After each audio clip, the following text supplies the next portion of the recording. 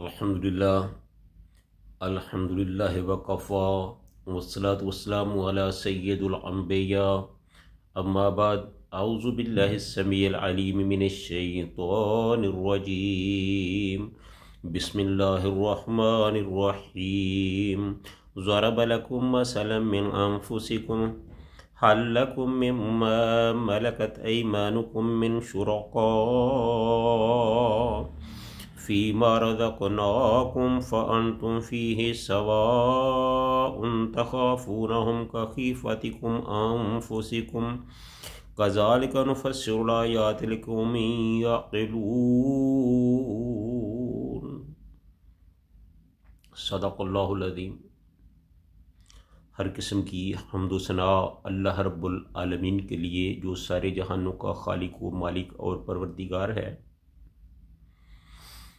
लाखों करोड़ों दुरूद व सलाम आमिन दिलाल पैकर हुस्न जमाल साहिब शरफ़ व कमाल पैगम्बर बेमिसाल शफ़ीउल मुज़निबीन रहमतुल लिल आलमीन सय्यदुल अंबिया हज़रत मुहम्मदुर रसूलुल्लाह सल्लल्लाहु अलैहि व आलिहि वसल्लम की ज़ात अक़दस पर। तो नाज़रीन, ये जो मैंने आयत आपके सामने तिलावत की है, ये सूरह रूम की 28 नंबर आयत है। इसमें इससे पहले की आयत में अल्लाह ताला ने अपनी तौहीद, अपनी कुदरत, क़यामत, आखिरत, नेक, बद, काफर, मोमिन का जिक्र किया था। लेकिन इस आयत में अल्लाह ताला ने अपनी तौहीद को एक बड़े ही अच्छे पैराए में बयान किया है कि जिसे सुनकर मामूली सूझबूझ रखने वाला आदमी भी समझे बगैर नहीं रह सकता। तो कबल इसके कि हम अपनी गुफ्तगू का आगाज़ करें, मैं हस्ब साबिक़ आपसे ये तवक्को रखता हूँ कि ये चूँकि अल्लाह ताला के कुरान के मसाइल हैं, इसका हम सब को इल्म होना चाहिए।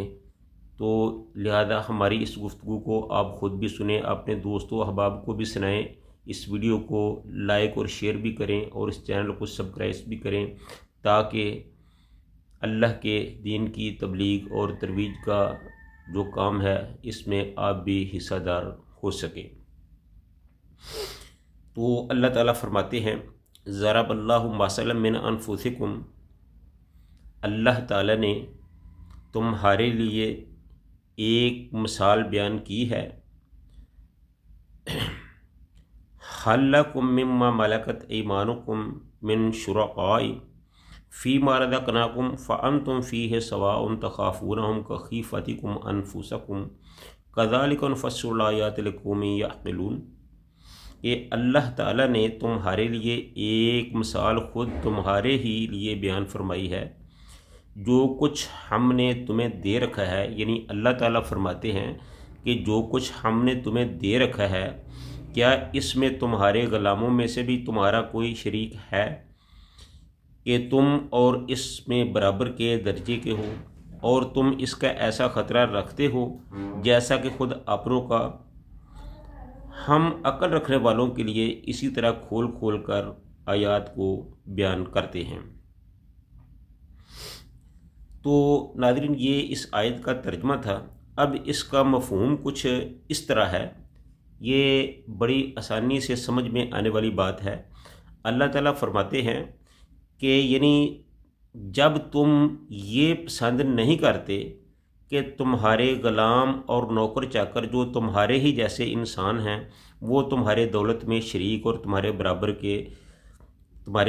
के हो जाएं, और ये फिर किस तरह हो सकता है कि अल्लाह के बंदे, चाहे वो कोई भी हों, फरिश्ते हों, पैगंबर हो, औलिया हों, साले हों, या हजर व शजर के बनाए हुए माबूद हों, वो अल्लाह के साथ शरीक हो जाएं, जबकि वो अल्लाह की मखलूक हैं। तो इसका मतलब ये है कि ये जो अल्लाह ताला फरमाते हैं कि ये जो तुम्हारे ग़ुलाम हैं, क्या तुम इनको अपने कारोबारों में शरीक करना पसंद करते हो? हालांकि वो तुम्हारे ग़ुलाम है, तुम उसको कोई जवाबदेह नहीं हो, ना उनके पास ये इख्तियार होता है उसने सिर्फ उतना ही काम करना होता है जितना तुमने उनको कहना होता है। अपनी मर्ज़ी से वो इधर उधर नहीं हो सकते।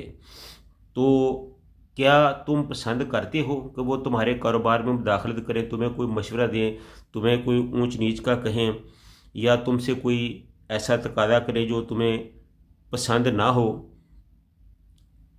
और फिर अल्लाह ताला ने फरमाया कि क्या तुम नौकरों से इस तरह डरते हो जिस तरह तुम आपस में एक दूसरे से शरीक भाइयों से डरते हो, यानी कि जिनके साथ मिलकर तुम कारोबार करते हो उनसे तो तुम्हें डर होता है कि वो तुमसे पूछ सकते हैं कि ये तुमने माल कहाँ से ख़रीदा, कैसे ख़रीदा, कितने में ख़रीदा, कहाँ बेचा, किसको बेचा। ये सारी बातें जो कारोबारी हैं, ये जो आपका शरीक भाई है कारोबार में, जो आपके साथ शरीक है, वो तो आपसे पूछ सकता है और उसका पूछना हक है। लेकिन जो ग़ुलाम होता है, उसका जो आपका नौकर होता है, जिसको आपने 10-20 हज़ार तनख्वाह पे रखा होता है, उसको तो ये हक हासिल नहीं है कि वो आपके कारोबार में मुदाखलत करे। जब वो आपके कारोबार में मुदाखलत करेगा तो ये आपको बात बहुत ही बुरी लगेगी। तो वो इसी तरह अल्लाह ताला ने ये बयान किया है, ये मिसाल समझाई है कि जिस तरह तुम ये पसंद नहीं करते कि तुम्हारा कोई नौकर तुम्हारे मामलात में मुदाखलत करे, इसी तरह अल्लाह ताला भी ये पसंद नहीं करते कि उसके साथ किसी और को शरीक किया जाए। और जिस तरह तुम अपने नौकर चाकर का किसी का कोई डर नहीं रखते, हाँ अलबत्ता तुम अपने जो शरीक कारोबार भाई होते हैं उनका तुम्हें डर खौफ होता है कि अगर वो पूछेंगे तो तुम्हें उनका जवाब देना पड़ेगा।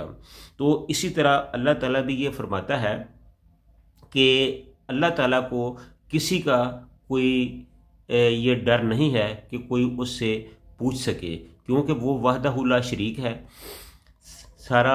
सारी हुकूमत आसमानों में, ज़मीनों में सारी हुकूमतें उसके लिए हैं। वो अपनी मर्ज़ी से जो चाहता है करता है, सारे काम उसी की मर्ज़ी से चलते हैं। सारे दुनिया का निज़ाम वही चला रहा है, वो किसी से पूछता नहीं, कोई उसके रास्ते में इरादे में रुकावट नहीं बनता। वो अपनी मर्ज़ी करने वाला है, अपने फ़ैसलों में वो गालिब है, वो जो चाहता है कर गुज़रता है, किसी का उसको डर नहीं है। तो इस तरह अल्लाह ताला ने ये फरमाया है कि जिस तरह जो तुम्हारे कारोबारी लोग हैं, जो तुम्हारे नौकर चाकर हैं, वो तुम्हारे मामलात में मुदाखलत नहीं करते, इस तरह मेरे मामलात में भी किसी को मुदाखलत करने का कोई हक नहीं होता। वो क्यों? इसलिए कि वो जो भी कोई है, खा वो कोई बड़ा है, खा कोई छोटा है, कोई नबी है, वली है, या पीर है, या पैगंबर है, या फरिश्ता है, या जिन है, या कोई भी छोटा बड़ा है, वो सब के सब अल्लाह की मखलूक हैं, अल्लाह की इबादत करने वाले हैं।